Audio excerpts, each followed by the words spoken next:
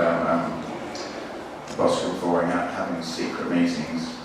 We don't do secret meetings, and the Boscombe Forum doesn't make decisions on behalf of Boscombe.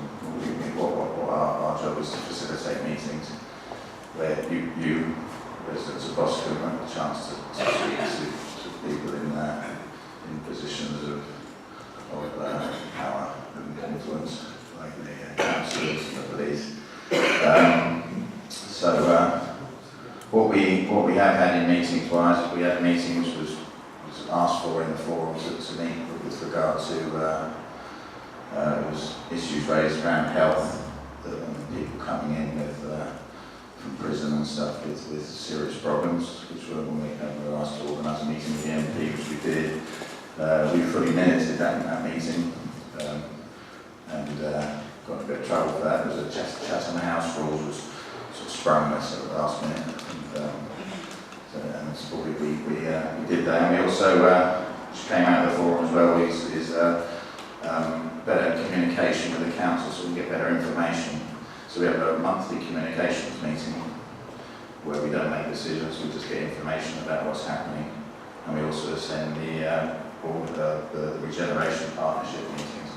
But we're really there as observers, we don't vote on anything. It's so we can get accurate information. It helps us to structure our meetings and so we can set agendas. We're run by a committee, everyone is welcome to join the committee. In fact, I've encouraged people to come and join the committee. The more people we have, the less we have to do ourselves, spread the load a bit, and also we just get a better feeling of what the issues are in Boscombe. So we do get people obviously raise issues here in the day, but you know, it's more informal, the committee meetings, and you can come and just tell us what's going on in your areas and things you'd like us to put on the agenda.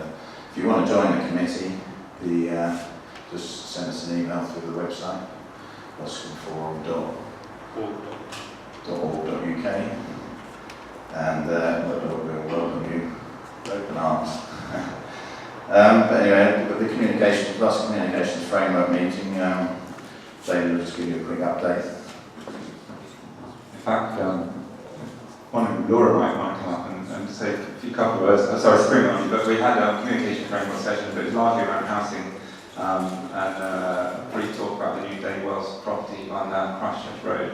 And I think the general emphasis was there that the council is working really hard to negotiate a restriction or I think if you looked at the housing stock, you identified an area of that's most in need, which is 55 plus single bed dwellings, and the council and the housing department is working with David Wells and securing those tenancies, you know, private tenancies, but that they fit that remit and they're local people.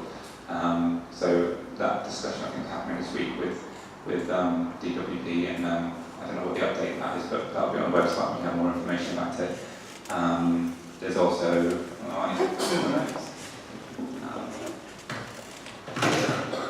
fact there's some information, Boscombe Regeneration Housing Update, which all these documents will be online on the website, but still waiting for digital copies of them to fill up.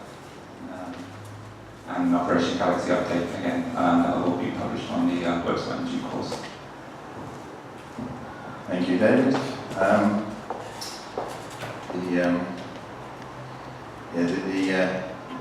The communication framework meeting is to allow us to get better access to information, more accurate information. When we first started the forum, we were working off the echo. The echo often gets things wrong.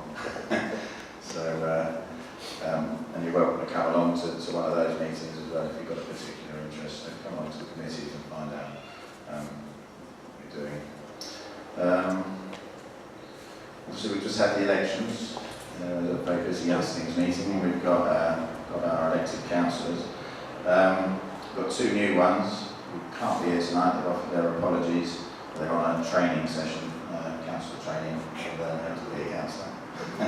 So they can't be here, but they have sent their apologies. That's Councillor Andy Jones, who was a member of the Folkestone Forum. And if you live that end of Boscombe and you want to get involved, particularly in their area, you know that which is it's a very strong group of people. So it's not so many people there, but they are focused on achieving a lot of things. And I go there myself, and they're behind a lot of stuff that we're doing, and come here themselves. We also have Gina Pacifico Mackin, who again is under training, and then Councillor Rochester, Jane Kelly, Philip Stanley Watts, and Christopher Wakefield. So they're here tonight. The Boscombe restaurant is for what Rochester. Okay, we've been working on, we talked about the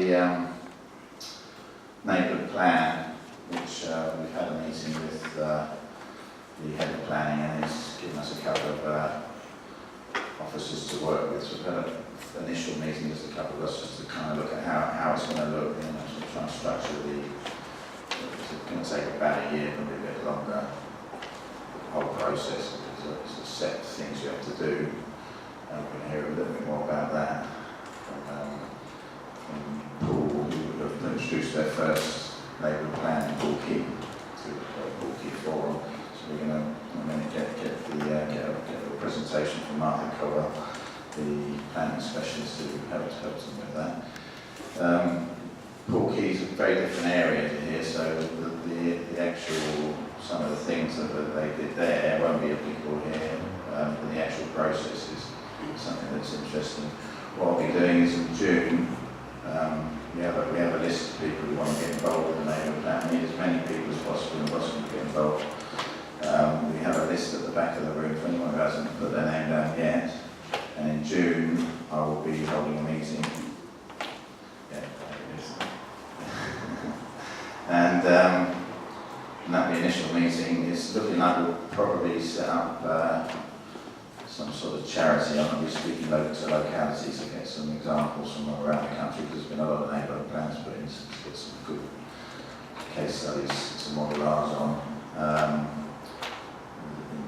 We could go ahead just as the forum, but there are a couple of issues with maybe just handling money. I think that the Paul Key forum are going to do the same thing, I think.